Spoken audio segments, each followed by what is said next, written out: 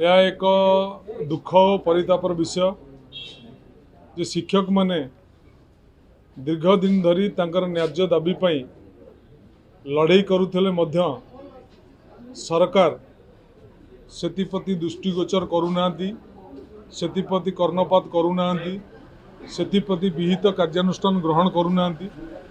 यह निश्चिंत भाव में खाली शिक्षक समाज पाई नुहे सारा राज्यर शिक्षा व्यवस्था पाई या अति दुखर कारण।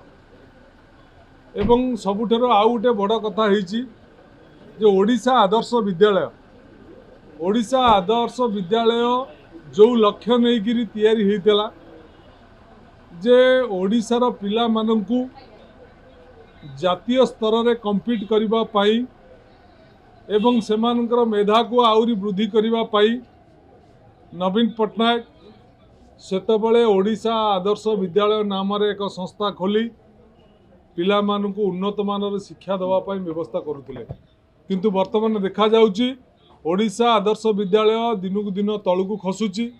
तांकर कर्मचारी मानकर चाकरीर सुरक्षा नहीं, सेठी नियुक्ति नहीं कि ओडिशा आदर्श विद्यालय को जो ढंग को नबा कथा सरकार से ढंग को नबा पाई सरकार आंतरिकता कम अच्छी।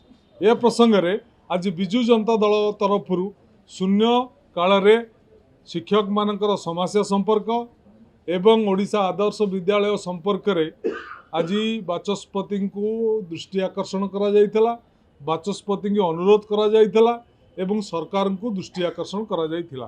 तेणु वो ओडिशा आदर्श विद्यालय शिक्षक मानकर समस्या आपको अविलंबे सरकार पूर्ण करिवे बोली आमर आशा एवं विश्वास।